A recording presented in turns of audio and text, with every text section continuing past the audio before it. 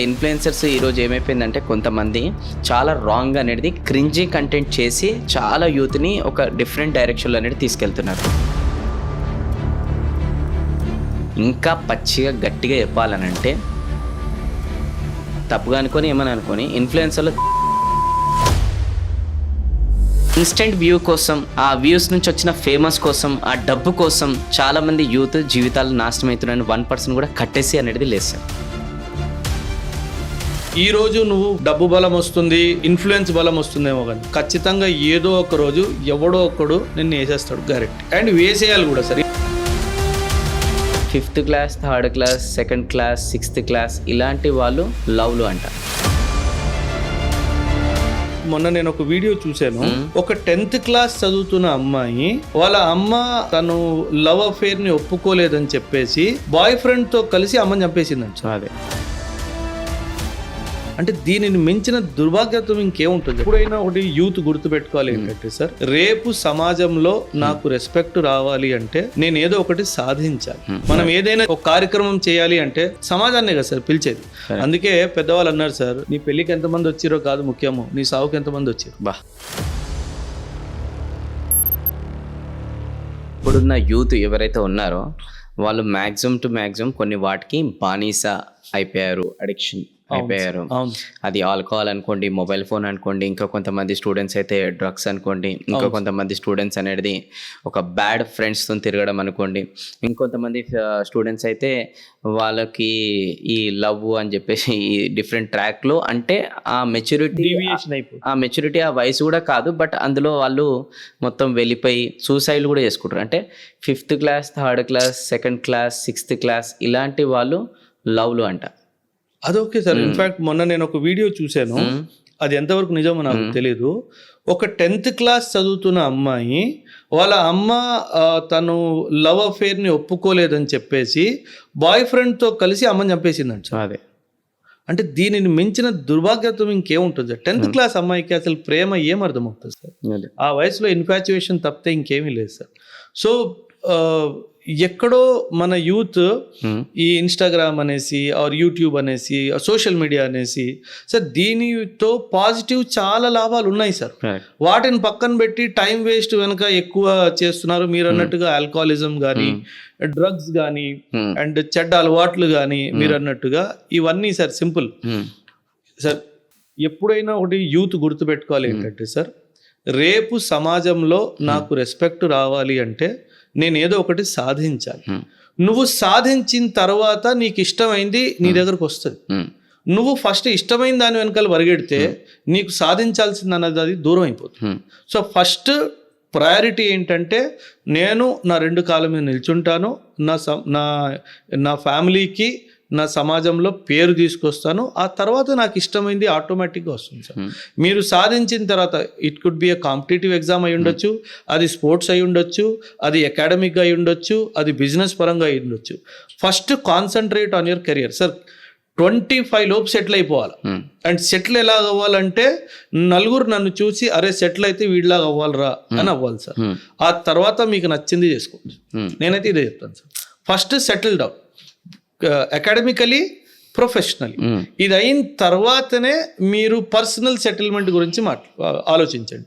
25 లోపు సెటిల్ కాకుండా మీరు పర్సనల్ సెటిల్మెంట్ గురించి ఆలోచిస్తే ఖచ్చితంగా మీ ప్రొఫెషనల్ సెటిల్మెంట్ అన్నది డిలే అయిపోతుంది.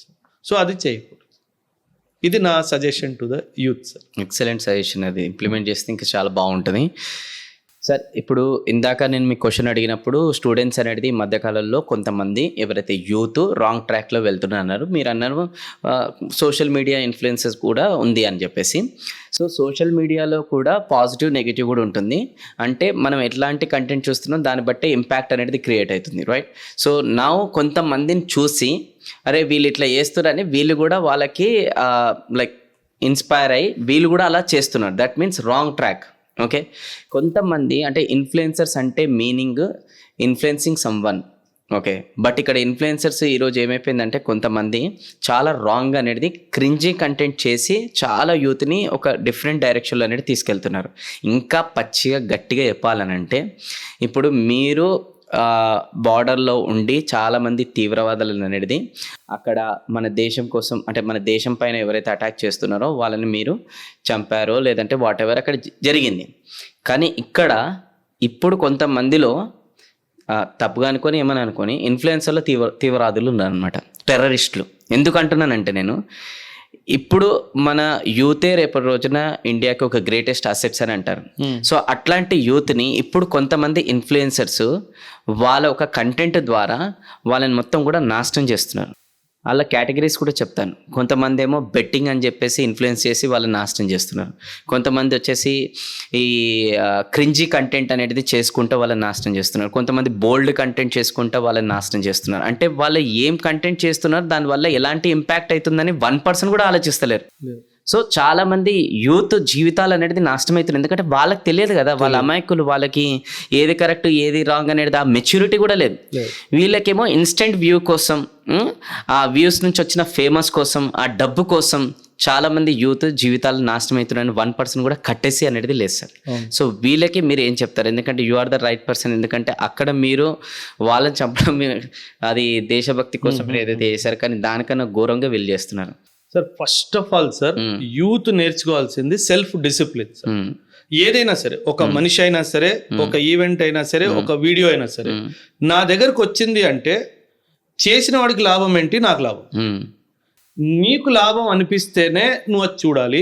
ఇది నిన్ను డైవర్ట్ చేస్తుంది అంటే వాడిని వెంటనే బ్లాక్ చేసి పడేయాలి, లేదా రిపోర్ట్ చేయాలి. ఎందుకంటే ఇది రిపోర్ట్ చేయకపోతే మీరు అన్నట్టుగా వీళ్ళు డబ్బుల కోసము మైండ్ మొత్తం కరప్ట్ చేస్తున్నారు సార్. మీరు అన్నట్టు బోల్డ్ content, cringey content, betting apps ని ప్రమోట్ చేస్తూ ఇంకెన్నో విధాలుగా వీళ్ళు చేస్తున్నారు సార్. నేను ఒక్కొక్కసారి నేను కూడా ఆశ్చర్యపోతాను సార్.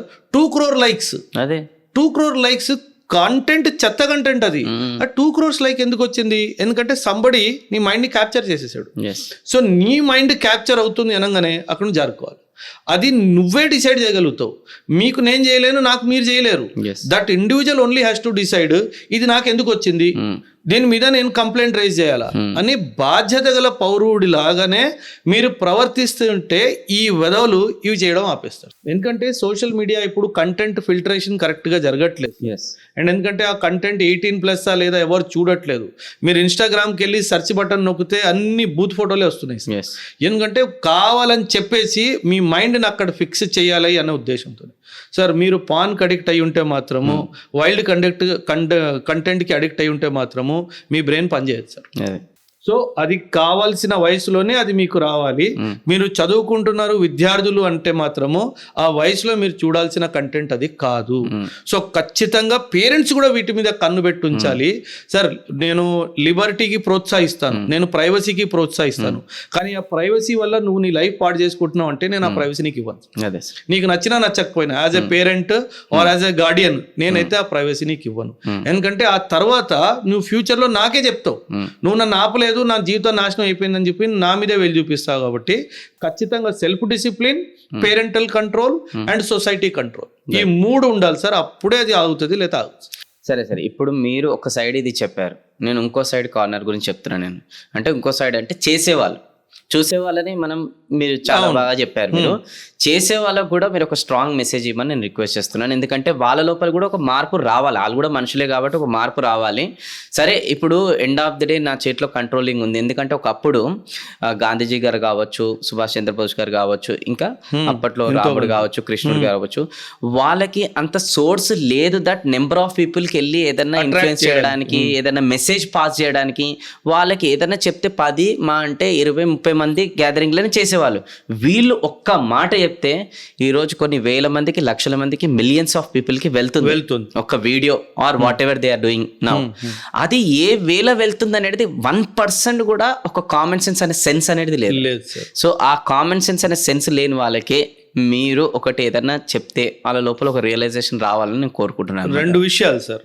ఫస్ట్ ఆఫ్ ఆల్, మీరు తప్పు పని చేసి సంపాదించిన ఫేమ్ కానీ డబ్బు కానీ మీ ఒంటికి పట్టదు సార్.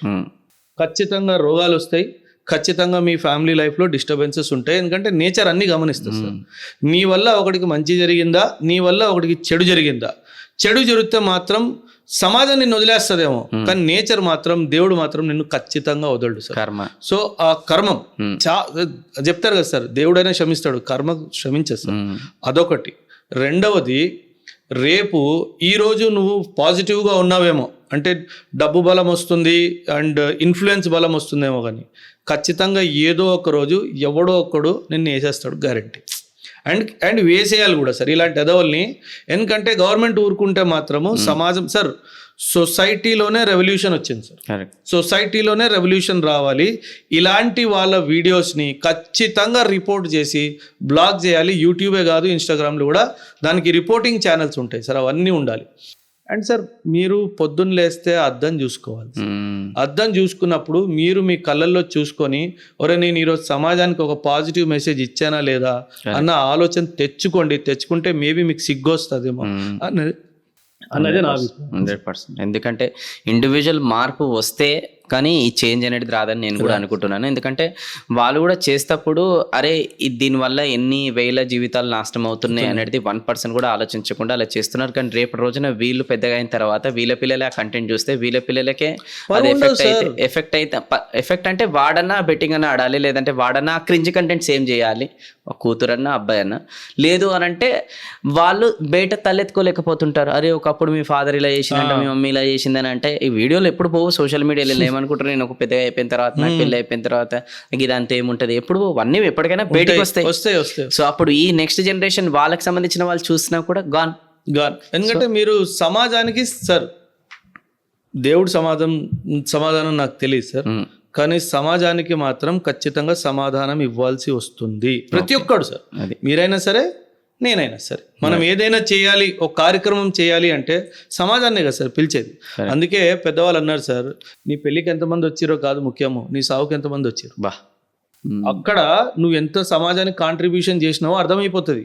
ఎందుకంటే చచ్చిపోయినప్పుడు ఎవరు పిలవరు సార్, నువ్వు తెలుసుకొని వస్తావు. పెళ్ళికంటే ఇంటికి వెళ్ళి నువ్వు మిఠాయి డబ్బా ఇచ్చి బట్టలు పెట్టి పిలుస్తావు, రా బాబు పెళ్ళికి అని చెప్పేసి. చావుకి ఎవడు పిలవడు సార్.